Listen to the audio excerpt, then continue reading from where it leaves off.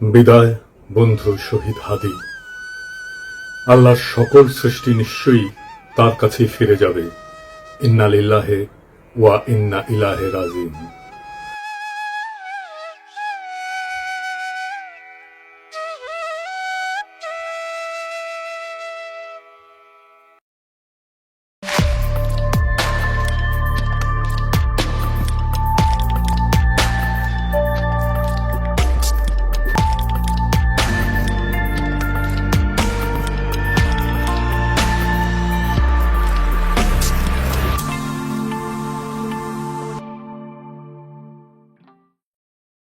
ফ্যাসিবাদ বিরোধী সংগ্রামে আমাদের সহযোদ্ধা বীর শরীফ ওসমান হাদি আমাদের এই পৃথিবীর মায়া ছেড়ে চলে গেছে।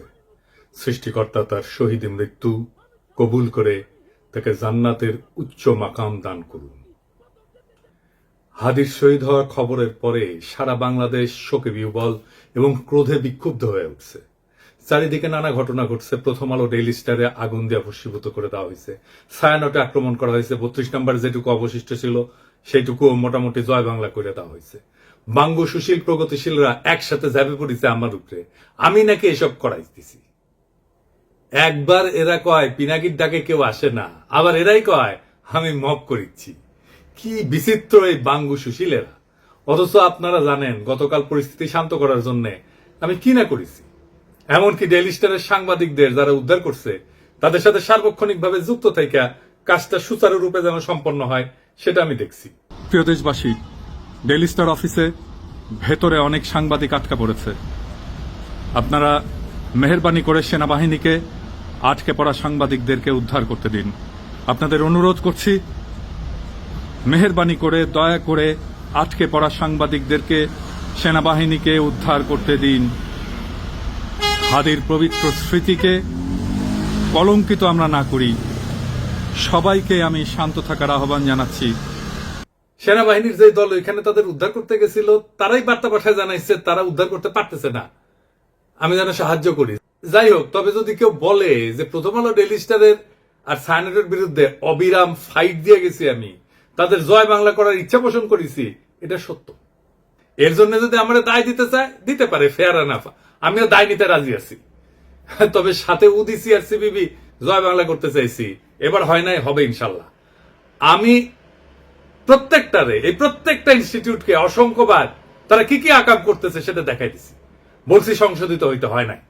আমি প্রথম আলোর সামনে জিয়াফত করেছি, দাবি ছিল প্রথম আলো ডেইলি স্টারের সম্পাদকীয় নীতি পরিবর্তন করতে হবে, করে নাই। তাদের শয়তানি চালায় গেছে। কয়েকদিন আগে ডিসেন্ট দেখাইলো কিভাবে জামাত, বিএনপি, হেফাজত আর আওয়ামী লীগের কর্মসূচিতে সহিংসতার ভাষা প্রথম আলোতে আলাদা আলাদা, পুরা ভাষা আলাদা। এক একটা সংগঠনের জন্য এক এক রকম ভাষা। আওয়ামী লীগের জন্য সবচেয়ে সফট, কোনো পরিবর্তন নাই। জিয়াবতে আমাদের পিটায় তাড়ানো হইলেও সে কি উল্লাস ডেইলি স্টার আর প্রথম আলো সাংবাদিকদের। তো এটা বলে মানুষদের মনে থাকে, মনে না থাকলেও আমরা মনে করাই দেব। এখন প্রশ্ন, ছায়ানটে কেন হামলা? ছায়ানট কি গান শিখায়? না, গান না। তারাই বলে মুক্তিযুদ্ধের চেতনা বিনির্মাণ ছায়ানটের লক্ষ্য। এটা তো আওয়ামী বয়ান তৈরির সফট পাওয়ার। এটা তো জনগণ চিনে। হাসিনা পলায় গেছে, এরা তো আগের সেই কাজ করে যাচ্ছে। 2024-এ 5ই আগস্টের পর ফ্যাসিবাদের বিরুদ্ধে কোনো কাজ করেছে এরা? করা লাগলো নি, করে নাই। 2025-এ পয়লা বৈশাখে তারা বলে বাঙালি জাগবেই, সবাই মিলে সুন্দর দিন কাটানোর সময় ফিরবেই, মানে এখন নাই, সার্থক হবেই মানুষ, দেশ, এই পৃথিবীকে ভালোবেসে চলবার মন্ত্র। মানে সময়টা চলে গেছে, আবার আপাচট করে ফিরে আসবে। এখন সবাই মিলে সুন্দর করে দিন কাটাইতেছি না, এই কান্নাকাটি ওদের থাকবে। এই গান তো করতে আসে নাই, রাজনীতি করতে আসছে। মাইক খাবে না? আমাদের হাদিও একটা কালচারাল ফ্রন্ট করেছিল, ইনকিলাব মঞ্চ, ওরা তো মাইরাই ফেললো আওয়ামী লীগের লোক। তার পাল্টা তো আপনাদের ভাঙচুর হইতেই পারে, মাইনা নেন। আওয়ামী লীগ তো এতদিন একটা ভাব নিছে কি, গিলে করা পাঞ্জাবি পরবে, একটা পাশে চটি ব্যাগ থাকবে, সিথি করে চুল আঁচড়াবে, হ্যাঁ, এরপরে একটু একটু রবীন্দ্রনাথ করবে, শান্তিনিকেতনী ভাষায় বলবে, অশুদ্ধ অশ্লীল একদমই বলা যাবে না। এই করে করে করে করে আসাদুজ্জামান নূর শুধু গণহত্যাই করবে না, তার গাড়ি বহরে যারা হামলা করছে তাদেরকে গুম করছে, খুন করছে। এই যে ছায়ানটি, এই যে উদিচি, এই পুরো গ্রুপটা, তাদের প্রোডাক্ট করা। এই যে হুমায়ুন আহমেদের সাহেবের যে নাটক করতো, আমির খসরু, খসরু কি জানি, খসরু ভুলে গেছি, স্বাধীন খসরু। ভাবেন 54 বছর বয়স এই স্টুপিডটার। মানে আওয়ামী লীগ যে কত বড় স্টুপিড হইতে পারে, ওদের সব গেছে। মানে ওরা এই দুনিয়ার সমস্ত নারী অধিকারের তো টেন্ডার নিয়ে আসছে, নারী অধিকার নিয়ে কথা বলবে, ওরা সংস্কৃতি কর্মী। এই যে একজন মহিলা উপদেষ্টা, তার ছবিটা পিছনে রাইখা যেই ভাষায় যা বলতেছে, এইটা তো ছাপরি বললেও হয় না, এটা দুনিয়া কোথাও নাই, এটা কোনো ক্লাসই নাই। মূলত আওয়ামী লীগ এই ক্লাসেই বিলং করে। তো আওয়ামী লীগ যে এই ক্লাসে বিলং করে, এইটা যাতে ধরা না পড়ে, এই জন্য তারা এইরকম গিলে করা পাঞ্জাবি, অনেক বুদ্ধিজীবী তাত্ত্বিক, এই যে তাদেরকে দিয়ে দিয়ে দিয়ে দিয়ে প্রচুর ভেগ কথাবার্তা বলাইতো। আপনি অর্ধেক বুঝবেন, অর্ধেক বুঝবেন না, আলো আধারি ভাষা, চর্যাপদের মতো, মানে বিরাট একটা তাত্ত্বিক ব্যাপার। এই বলে বলে তারা বাঙালি জাতীয়তাবাদের নামে বাংলাদেশকে টুঙ্গিপাড়ার কলোনি বানাইছিল। আমাদেরকে এখন যেটা করতে হবে, সেই কলকাতা এবং টুঙ্গিপাড়ার কলোনিয়ালিজম ভেঙে ঢাকার বাংলাদেশ গড়ে তুলতে হবে। আর বাংলা মানে আর এখন আর কলকাতা না, বাংলা মানেই বাংলাদেশ। এই স্বাধীন পরিচয়ের জন্য আমাদের দীর্ঘ প্রস্তুতি নিতে হবে, মনস্তাত্ত্বিক লড়াই, সাংস্কৃতিক লড়াইয়ের জন্য। আমি আশা করছি যে আপনারা সবাই যে যার পরিসরে, জুলাই শুধু বাঁচিয়ে রাখলে হবে না, জুলাইকে মাথা উঁচু করে বাঁচিয়ে রাখতে হবে। তাহলেই বাংলাদেশের স্বাধীনতা, সার্বভৌমত্ব বাঁচবে, বাংলাদেশ বাঁচবে। তাহাদিরা আসলে মারছে কে? হাদির হত্যাকাণ্ডের পিছনে ডিজিএফআই আছে, এটা আমার শক্ত অনুমান। প্রত্যেকটা জায়গায় ডিজিএফআই এর সিগনেচার বর্তমান। কেন কইছি? কারণ ওয়াকারের পথ বালক আর ডিজিএফআই হাদির ঘটনা নিয়ে একদম প্রথম থেকে উদ্দেশ্যমূলকভাবে মিথ্যাচার করতেছে। কিভাবে?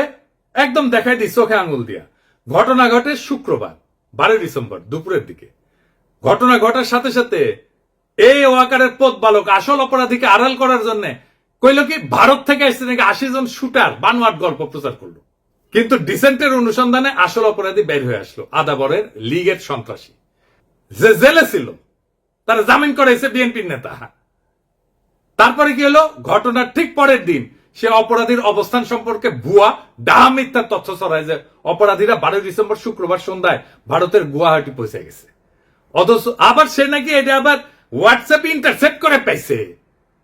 চিন্তা করেন। অথচ অপরাধ ঘটে দুপুরের দিকে ঢাকা থেকে রওনা দিয়ে সন্ধ্যায় আসামের গুয়াহাটি পৌঁছানো সড়ক পথে অসম্ভব একটা ঘটনা।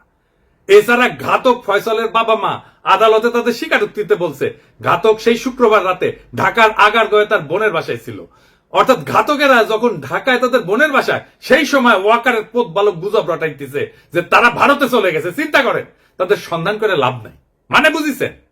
যুগান্তরে তার বাবা মা প্রকাশিত বক্তব্য অনুযায়ী সেই রাতে ঘাতকের বোনের বাসায় তারা দেখা করে ফয়সালের সাথে। সেখানে আসামি শুটার ফয়সাল তার অবস্থান নিরাপদ মনে না হয় আগারগাঁও থেকে মিরপুরে যায়।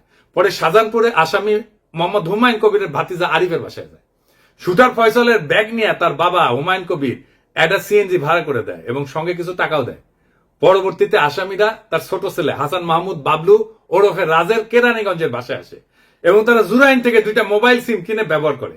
বাবা আমার বক্তব্য যেটা পত্রিকায় প্রকাশ হয়েছে, আমি ব্যানে করছি না, সেটা অনুযায়ী ঘাতক যে এখন ভারতে আছে এমন কোন তথ্য নাই।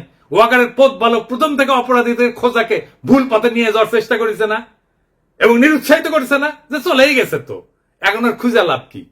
ওয়াকারের পথ বালক অপরাধীদের একটা ভুয়া সেলফি শেয়ার করে বলে গোয়েন্দারা নাকি তার ফোন ইন্টারসেপ্ট করে পাইছে। এইরকম আজগুবি দাবিকে কম্পিউটার ইঞ্জিনিয়ার হাস্যকর বলে ব্যাখ্যা করছে এবং কেন এটা মিথ্যা দাবি এবং অসম্ভব ঘটনা সেটাও ব্যাখ্যা করছে। তবে সফটওয়্যার ইঞ্জিনিয়ার তানভীর আহমেদ আরজেল সাইরের দাবি মিথ্যা উল্লেখ করে তাকে চ্যালেঞ্জ করেছেন। আইটি এক্সপার্ট তানভীর আহমেদ গণমাধ্যমকে জানান, একজন সফটওয়্যার ইঞ্জিনিয়ার হিসেবে বলছি, জুলকারনাইন সায়ের 100% ভুয়া তথ্য দিয়েছে। সে দাবি করছে অপরাধীরা অন্যের মোবাইলে সেলফি পাঠাইছে আর সেটা গোয়েন্দা সংস্থা ইন্টারসেপ্ট করে এই ছবি পাইছে। 2026-এ এসেও এই কথা বিশ্বাস করার মতো নয়। পথ বালককে বলছিল আইসে ডিবেট করতে, করে নাই। এই 3টা ঘটনা থেকে এটাই প্রমাণিত হয় যে ওয়াকারের পথ বালক আর ডিজিএফআই প্রথম থেকে হাদির ঘটনা নিয়ে আসল অপরাধীকে আড়াল এবং রক্ষা করার জন্য একের পর এক মিস ইনফরমেশন আর স্মোক স্ক্রিন ছড়ায় গেছে। এই ইন্ডিয়ার দালাল পথ বালক বাংলাদেশের জনগণের 1 নাম্বার শত্রু, বাংলাদেশের স্বাধীনতা সার্বভৌমত্বের শত্রু। তবে একটা কথা সবাইকে একটু বলি, একটু শোনেন। শহীদ ওসমান হাদির মরদেহ এখনো দেশে এসে পৌঁছায়নি। স্বাভাবিকভাবে আমাদের প্রত্যেকের হৃদয় ভারাক্রান্ত আবেগে বিক্ষুব্ধ।